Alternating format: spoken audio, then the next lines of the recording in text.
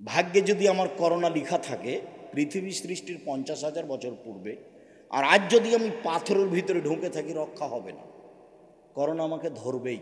এটা আমি বিশ্বাস করি, এটা আল্লাহ রাসূল বলেছে। যদি সতর্কতা দিয়ে বাঁচা যেত তাহলে ফিউচার পার্কের মালিক করোনায় মারা যেত। ওরা দেশের পানি খায় না, ওর খাওয়ার পানিটা বাহির থেকে আসে। গাজীপুর জেলাতে হাজারো মানুষ আছে যাদের দেশের পানি খাওয়ার প্রয়োজন নেই, যারা দেশের পানি খাওয়ার প্রয়োজন মনে করেন। করবে কেন? কয় টাকা লাগে বাহির থেকে পানি আনতে? যারা দুবাইয়ে সাগরের ওপরে বাড়ি তৈরি করে তাদের কয় টাকা লাগে? যারা সাগরের উপরে তৈরি বাড়ি কিনে বাংলাদেশের টাকা দিয়ে, অথচ ওর 1 টাকা নিতে একে 35 টাকা লাগে। ওর 1 টাকা নিতে একে কত টাকা লাগে? 33 থেকে 35 টাকা লাগে। তারপরে ওই বাংলাদেশের টাকা দিয়ে দুবাইয়ে সাগরে বাড়ি কিনে। এখানে দেশের পানি খাবে। সমস্যাটা কোথায়? 1 শতক জমি, 1 কাঠা জমি বিক্রি করলে 10 বার হজ করা হয়। এক সময় কয়েক বিঘা জমি লাগতো হজ করতে, নাকি ভাইজান? এখন তো সেদিন আর নেই, কাজে এরা পিছন ভুলে গেছে। চলেন, আনাস রাদিয়াল্লাহু তাআলা আনহু বলেন, রাসূল সাল্লাল্লাহু আলাইহি সাল্লাম বলেছেন, লা ইয়াকুনু ফি হাযিল উম্মাহ খাসফুন মাসখুন কাজফুন। আমার উম্মতের উপরে 3টা বিপদ নেমে আসবে 3টা পাপের কারণে। আমার উম্মতের উপরে 3টি বিপদ নেমে আসবে 3টি পাপের কারণে। আমার উম্মতের উপরে 3টি বিপদ নেমে আসবে 3টি পাপের কারণে। 1, ভূমিকম্প হবে। 2, আকার আকৃতি পরিবর্তন হবে। সন্ধ্যায় থাকবে মানুষ, সকালে হবে শুকর। সন্ধ্যায় থাকবে মানুষ, সকালে হবে বানর। আকার আকৃতি পরিবর্তন হবে। 3, সমস্যা নেমে আসবে যেখানে সেখানে। মসজিদে মারামারি, মাদ্রাসায় মারামারি, রাস্তাঘাটে মারামারি, কলেজ বিশ্ববিদ্যালয়ে মারামারি, জমি জায়গা নিয়ে মারামারি। কেউ কাউকে মানে না। জমির দাম 10 লাখ, রেজিস্ট্রি খরচ 9 লাখ।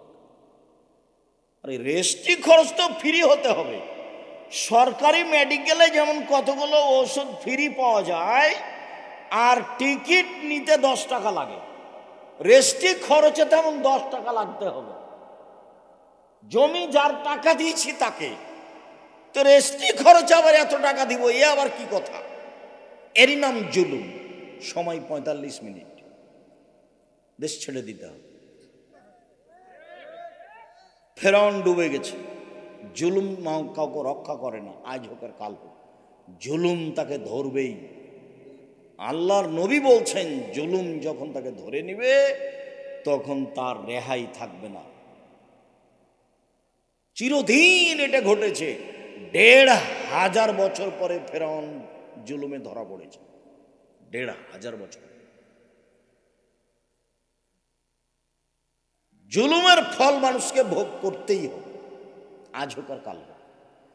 যারা জাকাত ফেতরা ফকির মিসকিনকে দেয় না, এরাও জালেম, এদের বিচার পরে হবে। কেন? এরা ফকির মিসকিনের হক মেরে খেয়েছে। আল্লাহ বলছেন এই কথা।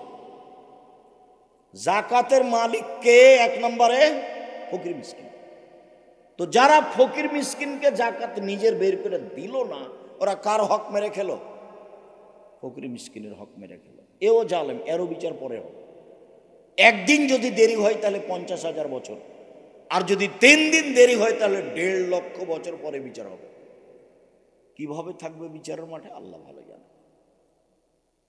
সম্মানিত দিনী ভাই বোন, বলছিলাম পাপ 3টা বিপদ নেমে আসবে 3টা পাপের কারণে।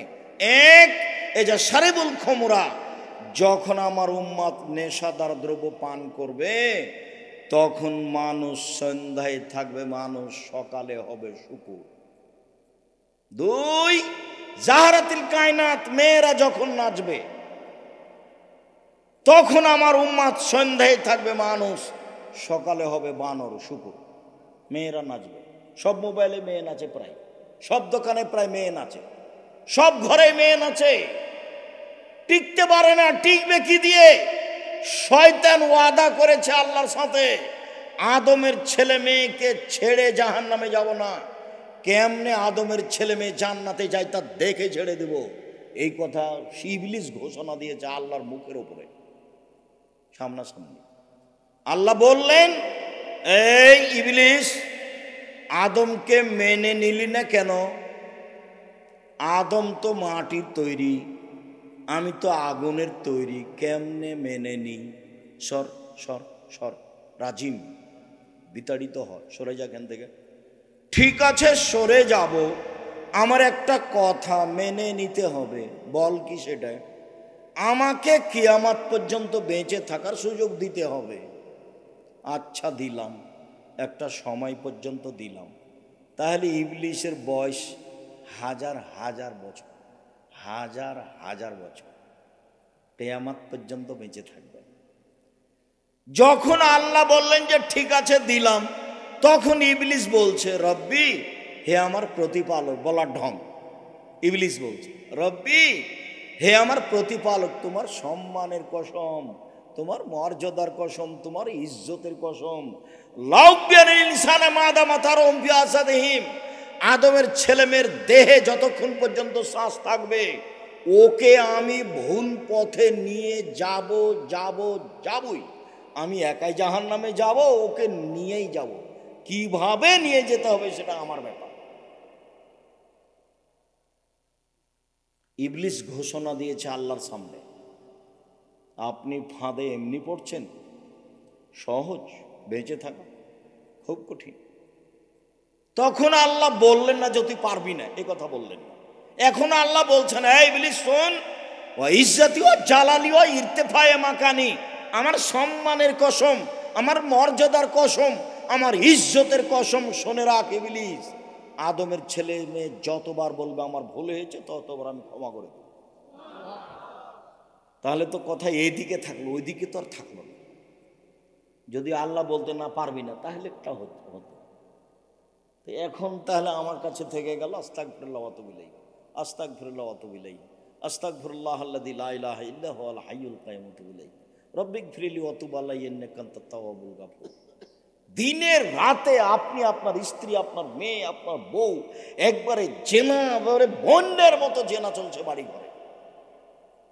আল্লাহ নবী বলছেন, আইনান তাজনিনা জিনাহমান নাজরো, দুই চোখের জেনা হচ্ছে চোখ দিয়ে দেখা, অলজনানের জেনা হামাল ইস্তেকমাও, দুই কানের জেনা হচ্ছে কান দিয়ে শোনা, অলিয়াদ জেনাহাল বাদশ, হাতের জেনা হচ্ছে হা দিয়ে ধরা, ও রিজল জেনাহাল মাসি, পায়ের জেনা হচ্ছে এই পথে চলা, জেনাল কালব তাতামান্না তাস্তাহি, অন্তরের জেনা হচ্ছে পরিকল্পনা করা, জেনাল লেসানা নুতক, জিহ্বার জেনা হচ্ছে কথা বলা। সব জেনার মাধ্যম। এই মোবাইল চলবে না, নোকিয়া মোবাইল ব্যবহার করেন, আপনাকে রাতে শতবার বেকা ফেলবে। খালি কান ধরে তোবা করেছেন, আর মোবাইল দেখবো না, রাত 12টা 1টা হয়ে গেছে, আপনি মোবাইলটা রেখেছেন, দেখছেন আবার রাত 2টায় আবার হাত লাগিয়েছে। আপনার মেয়ে, আপনার ছেলে, আমার মেয়ে, আপনার ছেলে, সবার একই ব্যাপার। মেয়ে মানুষকে উলঙ্গ অবস্থা দেখার জন্য হন্যে হয়ে মেতে আছে মহিলা। আর এই বোকা ছেলে বুঝে না যে আমি যে তার সাথে জেনার গল্প করলাম, তো এই মেয়ে কত খারাপ, আরো হাজারো মেয়ের সাথে এই গল্প করে, ছেলের সাথে গল্প করে, এটা তুমি বুঝো না কেন? আর ওই বোকা মেয়ের একটু বোঝা দরকার, যে ছেলে আমার সাথে এগুলো গল্প করে, সেই ছেলে আরো হাজারো মেয়ের সাথে এরকম গল্প করে। একবার অভ্যাস খারাপ হয়ে গেছে, মানে কেউ পায়খানা হয়ে গেছে। মানুষ অভ্যাসের দাস। সেদিন বলছিলাম, মনে আছে কিনা, মিশরে যখন আমি গেলাম, তো ফিলিস্তিনি গাজাবাসীদের সহযোগিতা করার একটা দিন করা হয়েছে, আব্দুর রহিম করেছে, আমিও সেদিন উপস্থিত আছি। তা আমি যে প্যাকেটগুলোতে খাদ্য দেওয়া আছে, জিনিস দেওয়া আছে, আমি এভাবে হাত দিয়ে দিচ্ছি, তো সবাই খালি বাম হাতে নিচ্ছে। মেয়েগুলো উচ্চ শিক্ষিতা মেয়ে আছে, সব মাস্টার ডিগ্রি পাস মেয়ে, কম বয়সের আছে, বেশি বয়সের আছে, ছেলে আছে, মেয়ে আছে, অনেক, প্রায় হাঁপাহাঁপি ছেলে, হাঁপাহাঁপি মেয়ে আছে, কেউ বোরকা পরে আছে, কেউ গেঞ্জি গায়ে দিয়ে আছে। তা আমি যখন দিচ্ছি তখন সবাই বাম হাতে নিচ্ছে, তা আমি একটু থেমে গেলাম, দিয়ে কয়েকটা হাদিস শোনালাম ডান হাতে। তা আমি যখন বললাম তখন আমার মনে হলো যে ওরা আমার চেয়ে বেশি বুঝছে। কেন? ওরা মূলত আরবি, আর আমি যেটা বলছি তার ভাষা হলো আরবি মোহাম্মদ সাল্লাল্লাহু আলাইহি সাল্লামের। মূল আরবি হচ্ছে ফিলিস্তিনিরা। সব নবীর বাড়ি হলো সৌদি আরব, ফিলিস্তিন, সব নবীর থাকার জায়গা। এই যে আব্দুল্লাহর বই আছে দেখেন, ফিলিস্তিন, কেন যে পড়েন না? সারা পৃথিবীর প্রত্যেকটা বাঙালিকেই পড়া দরকার এই বই। ফিলিস্তিন, ফিলিস্তিন নিয়ে আব্দুল্লাহর বই আছে, উপস্থিত বের করেছে, পুরো পরিস্থিতি লেখা আছে।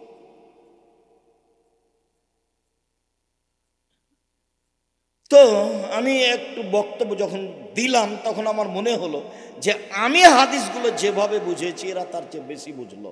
তারপর আমি যখন দিলাম তখন বাম হাতেই নিল। বলেন তো ঘটনা কি? অভ্যাস,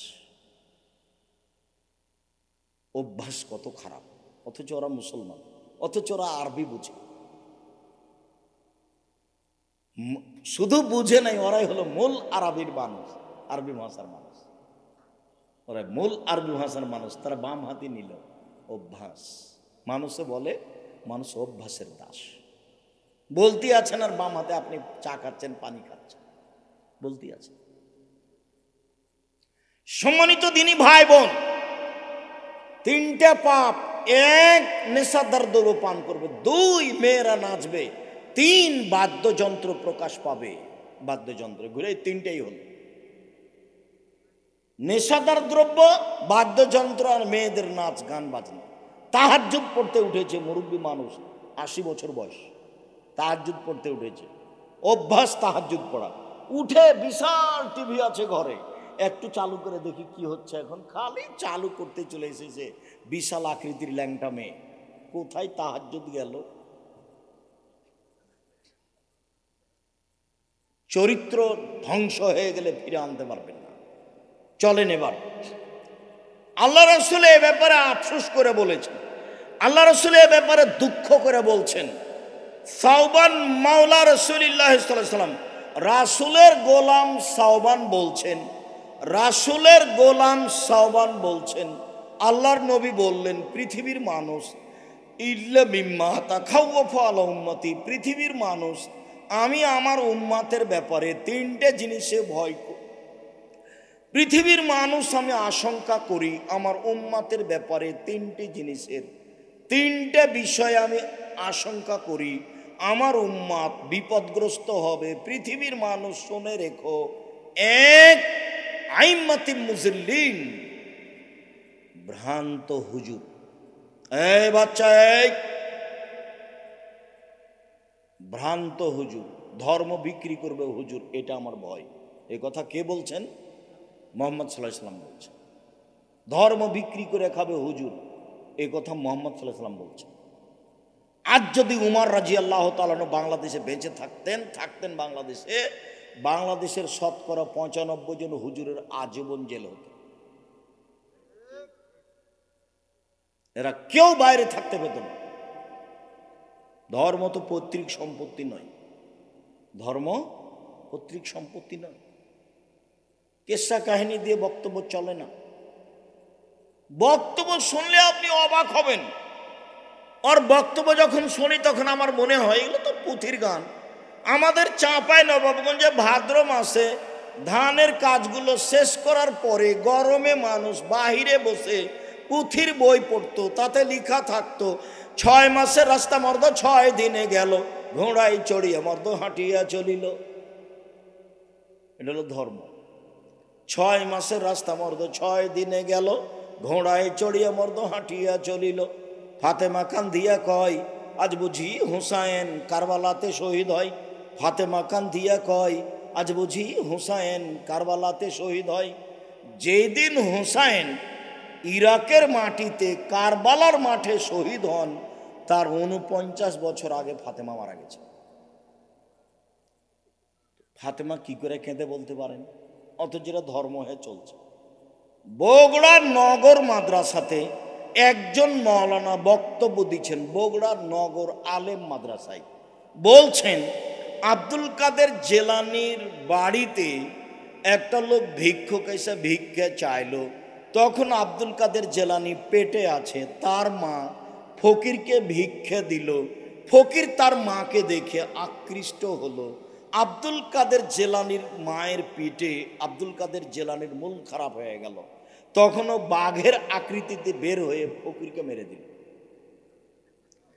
এখন কেউ যদি মাঠে থাকতো, মাওলানা সাহেব, বক্তা সাহেব, আচ্ছা আব্দুল কাদের জেলানি তো বাঘের আকৃতিতে বের হলেন, তো এখনো তো তার জন্মের সময় হয়নি, এখন মায়ের পেটে গেলেন কিভাবে?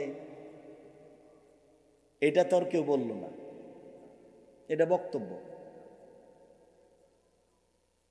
রোজ বলছি মুকসেদুল মুমিনিন একটা ধর্ম শিক্ষা বই, মুকসেদুল মুমিনিন, তাতে একটা হেডলাইন আছে, অবিবাহিত ছেলেমেয়ের পড়া নিষেধ। তো যে দেখে সেই পড়ে, যে দেখে সেই পড়ে।